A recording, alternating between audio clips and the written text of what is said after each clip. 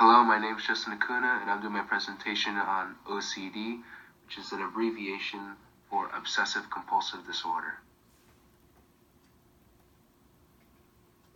This frame shows some real-life examples of what OCD looks like. For example, my mom recovered quickly from the flu after I scratched my ear. Thereafter, I kept touching and scratching my ear over and over so that my mommy would not get sick. This is OCD. The signs and symptoms of OCD are many and at times very hard to diagnose if the professional is not trained in OCD, and include, but by no means limited to, excessive hand and or body washing, reluctance, discomfort, or refusal to touch foreign objects, excessively making sure doors are locked, attempts to have everything be in perfect order, spending time doing tasks that don't seem to make any sense, fearing sickness and or death, hands or body being visibly damaged by the excessive washing, and asking reassurance questions. These next two slides show a list of signs and symptoms from John S. March's book, Talking Back to OCD, written in 2007. Here is a continuation of the list. Here are some facts about the work involved in the diagnosis of OCD.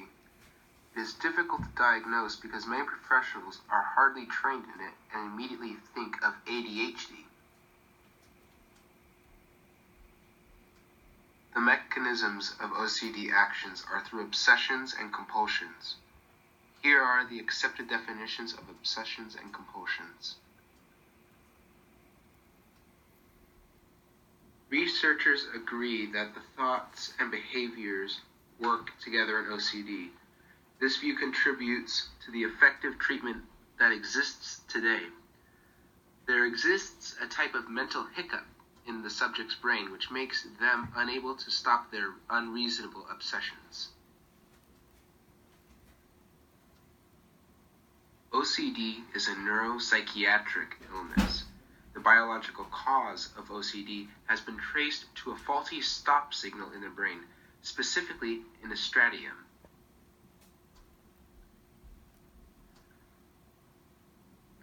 Research at the synaptic space has determined that there is a very strong relationship between the level of presynaptic serotonin reuptake and OCD.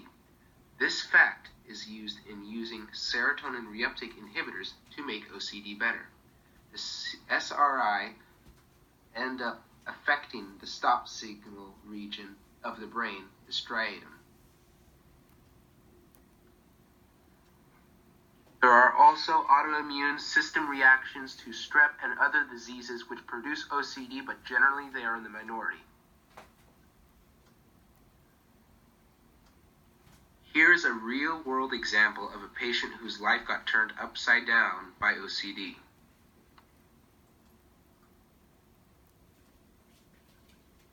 These were some of the subject's compulsions prior to his treatment. These are the later stages of his OCD. As you can see, it only gets worse. There are a few terms to know in the treatment of OCD, and here they are.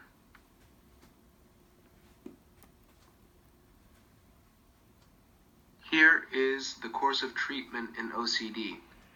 There is one-on-one sessions with a therapist as well as group sessions.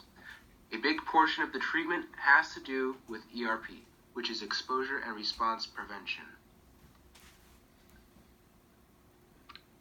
Treatment also includes prescription drugs, usually in the form of an SRI. Also, visits with a qualified OCD therapist to make sure OCD thoughts are always in check are regular. After the patient has recovered from OCD, then the OCD must be managed by both psychiatrists and psychologists.